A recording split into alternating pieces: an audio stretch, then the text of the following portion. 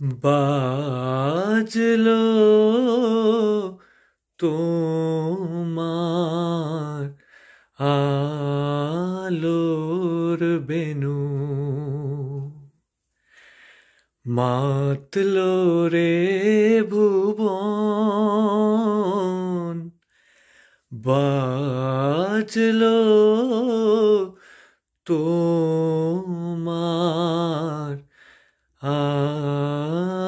আলোর বেনু।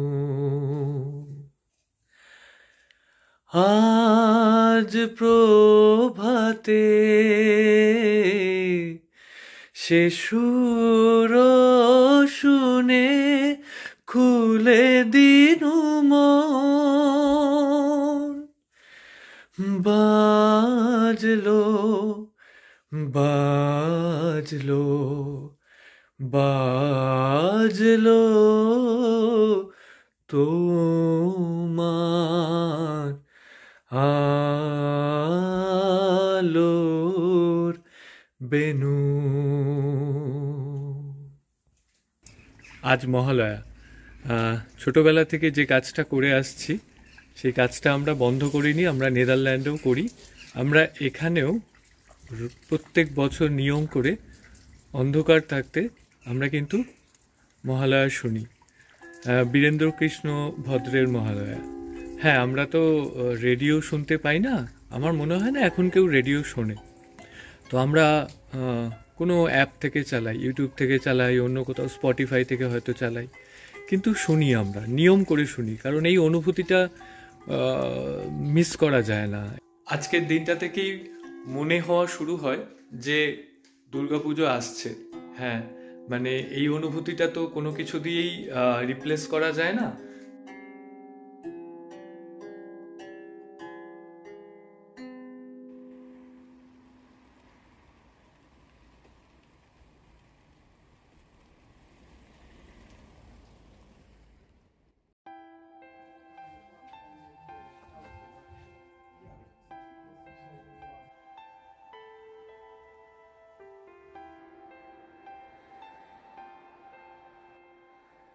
আমার গাড়ির আজকে সার্ভিসিংয়ের ডেট ছিল, তো সকাল সকাল গাড়িটা এসে দিয়ে গেলাম।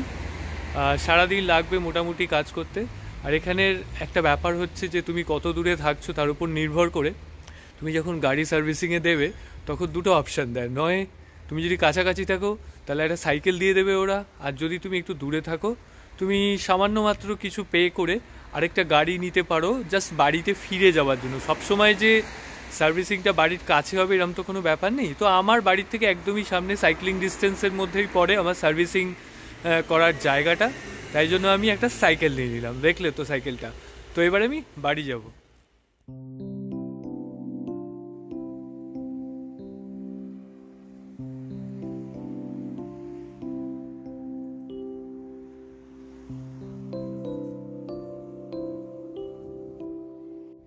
সকাল সকাল সাইকেল চালাবার যে কি মজা, কি আনন্দ।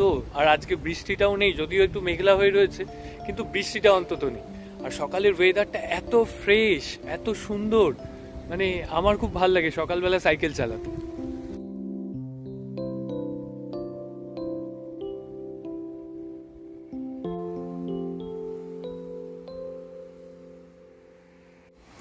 এই সার্ভিস সেন্টার থেকে আমাদের বাড়ি যাওয়ার রাস্তাটাও খুব সুন্দর।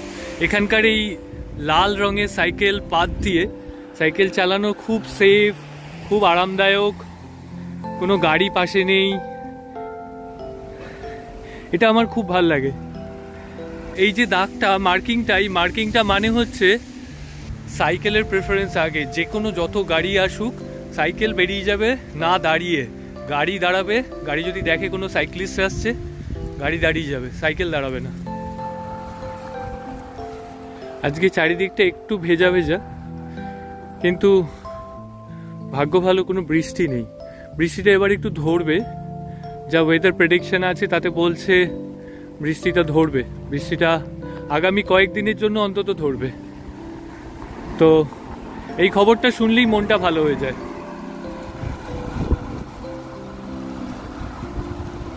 এখানে একটা খুব মজার জিনিস আছে, সেটা হচ্ছে আমাদের ওখানে সাইকেলে সবসময় হ্যান্ড ব্রেক থাকবে।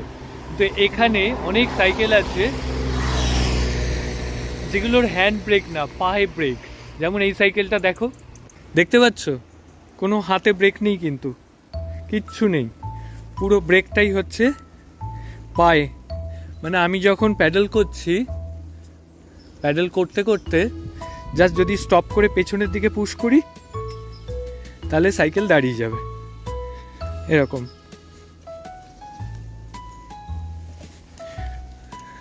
দারুণ না? প্রথম যখন আমাকে সার্ভিসিংয়ের এখান থেকে এরকম একটা সাইকেল দিয়েছিল, আমি ভেবেছিলাম পারবো কি না, কারণ অভ্যেস নেই তো। আর সত্যি প্রথম প্রথম করা খুব কঠিন, কিন্তু আস্তে আস্তে সময়ের সঙ্গে সঙ্গে অভ্যেস হয়ে যায়। যদিও আমাদের বাড়ির সাইকেলগুলো এরকম নয়, সবই হাতের। যাকে বাড়ি চলে এসেছি।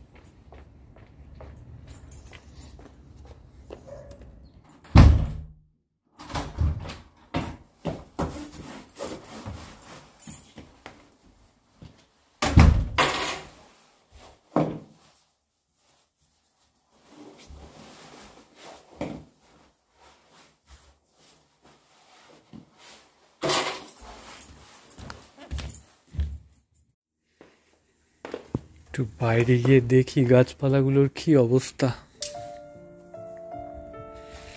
লাস্ট কয়েকদিনের বৃষ্টিতে আর কিছু অবশিষ্ট নেই, প্রায় শেষের দিকে। দেখো যে কটা কুড়ি ছিল সব পচে পচে যাচ্ছে,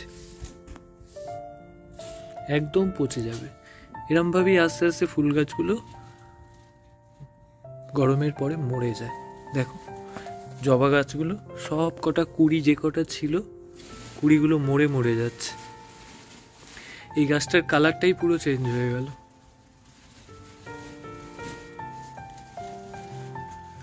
আর আমার সন্ধ্যা মালতী দেখো কি অবস্থা। সন্ধ্যা মালতী তো সব পড়েই রয়েছে নিচে, যদিও প্রচুর বীজগুলো পড়ে আছে, বীজগুলো তুলে নিতে হবে। দেখো কি অবস্থা।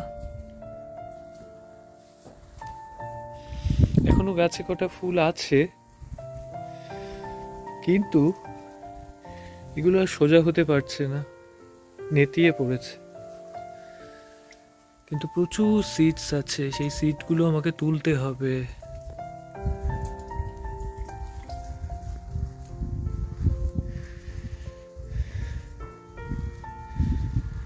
এই সময় বাগানের অবস্থা দেখলে খুব কষ্ট লাগে। গরমকালে, গরমের সময় কি সুন্দর বাগানটা থাকে।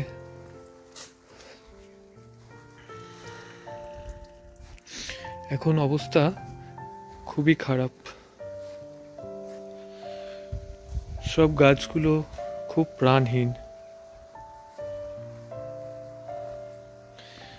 এই ফুলগুলো একদম কালারলেস হয়ে গেছে। দেখো যখন প্রথম হয়েছিল কি সুন্দর রং ছিল। একবার দেখি তো, কালকে দেখলাম গ্যারেজের ছাদের উপরটায় একদম জল জমে রয়েছে, দেখেছো? কিন্তু এই জলটা বেরোচ্ছে না। এটাকে কিছু একটা ব্যবস্থা করতে হবে। এইখানে এই ড্রেনটা আছে, এর মুখটা মনে হয় আটকে গেছে। পাতা পড়ে কি হয়, এই মুখটা পুরো আটকে যায়। কিছু একটা ব্যবস্থা করতে হবে। ছুটির দিন, আমাদের যে প্রতিবেশী তাদের বাড়িতেও কাজ হচ্ছে। খুব সম্ভবত আমাদের যেরকম এই উপরের তলায় এই জানলাটা আছে না, এটাকে এখানে বলে ডাক কাপল। তো এটা করাতে যেটা হয়, এই যে টালির চালের যে একটা কোণ হয়, সেই কোণটাকে ওটাকে অ্যাভয়েড করে ওই জায়গাটাকে সোজা করে দেয়, ঘরটাকে একদম স্ট্রেট করে দেয়, চৌকো করে দেয়। তাতে ইউজেবল স্পেস অনেক বেড়ে যায়। খুব সম্ভবত ওদেরও সেরকম কিছু একটা হচ্ছে, কারণ ওদের এই দিকটায় ওরকম কোনো জানলা নেই। দেখো পরের বাড়িগুলোতে আছে, পরপর আছে, কিন্তু মনে হচ্ছে ওরাও এরকম একটা ডাক কাপড় লাগাবে। আমার এই জবা গাছে এই যে কুড়িগুলো দেখতে পাচ্ছ তো, প্রচুর কুড়ি আছে, পুরো গাছ ভর্তি এরকম কুড়ি। কিন্তু এই কুড়িগুলো আর ফুল হবে না, দেখতে পাচ্ছ তো, এই দেখো, এগুলো আর হবে না, ভর্তি ভর্তি আছে। কারণ ঠান্ডা পড়ে গেছে আর বৃষ্টি শুরু হয়ে গেছে, এগুলো পচে যাবে। দেখো অলরেডি পচা শুরু হয়ে গেছে। এটা দেখলে আমার খুব খারাপ লাগে, এত কুড়ি, কিন্তু ওদের আর এ জন্মে ফুল হওয়া হলো না। সত্যি গাছে কুড়ি হয়ে এসছিল, ফুল হলো না।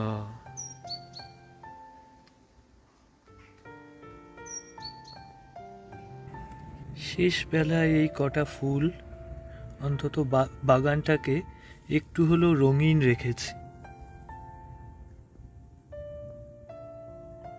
যখন কেউ ফোটে না, তখন এ ফোটে। একা দায়িত্ব নিয়ে কাজ করছে, ভালো লাগে না? এই কালারটা আমার খুব প্রিয়, খুব ব্রাইট কালার।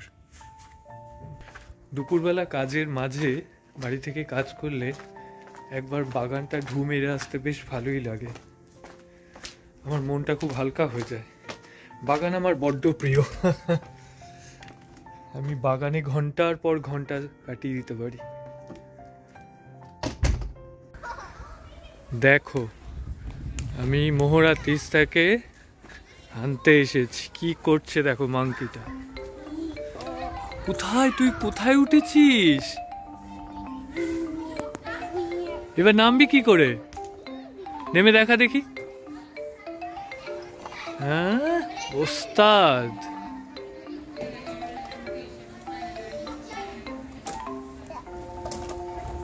তো পুরো আর্মি ট্রেনিং রে, তো পুরো আর্মি ট্রেনিং হচ্ছে এখানে।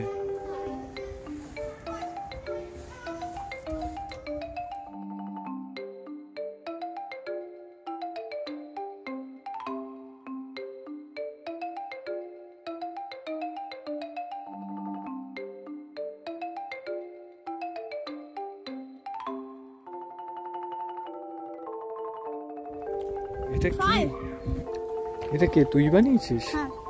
এখানে দেখি আগে কেমন দেখতে। এটা খুব ভালো খেতে। এটা কি কি দিয়ে? পাপরিকার উপর একটা মতো মিট প্যানে রান্না করে তারপর এটা দিয়ে একটা চিজ দিয়েছি। বেক করা? হ্যাঁ। দারুন, আজকাল রান্না বান্নাও করছিস? Very good.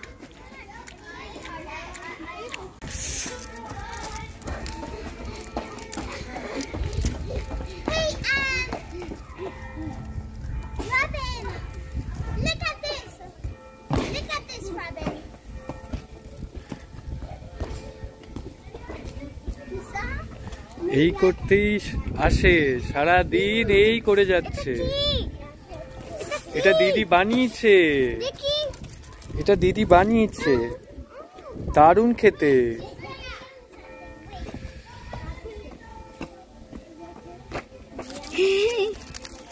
এই দেখ নাটুরাম হাত পায় না, দেখ ঝুলছে, নাটুরাম ঝুলছে।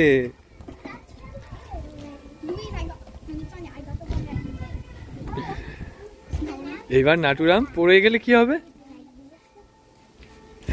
ডোন্ট ডু দ্যাট মাম্মা। এসব বিক্রম বেতালের সদস্য। Okay, let's go Sonia. And take away yours and চলে আয়, চল চল চল। তাহলে পুপে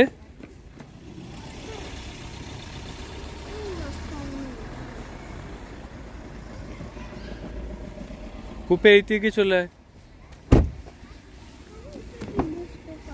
যা তাড়াতাড়ি চল।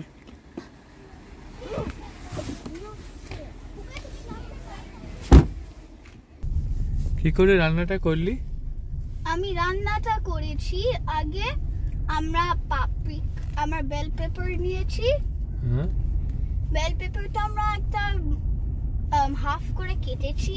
ওকে। তারপরে সব সিডস বার করে একটা মিটের মতো একটা জিনিস গুঁড়ো করে, ওই গুঁড়ো করা ছিল ওইটা আমরা প্যানে রান্না করে ওই মিটটা আমরা আমাদের ওই পাপরিকা বেল পেপারের উপরে দিয়েছি।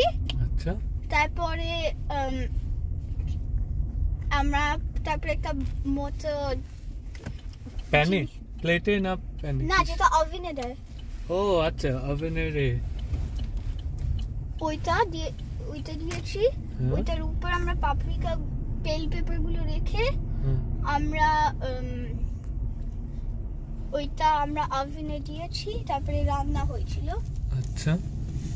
আর একটু চিজ তারপরে দিয়েছি। তারপর ওটা বেক হয়েছে, তো বেক করেছিস তাই তো? হ্যাঁ। আয় আয়,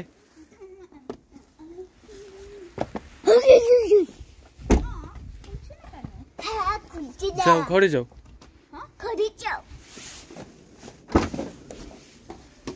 নিয়ে নে।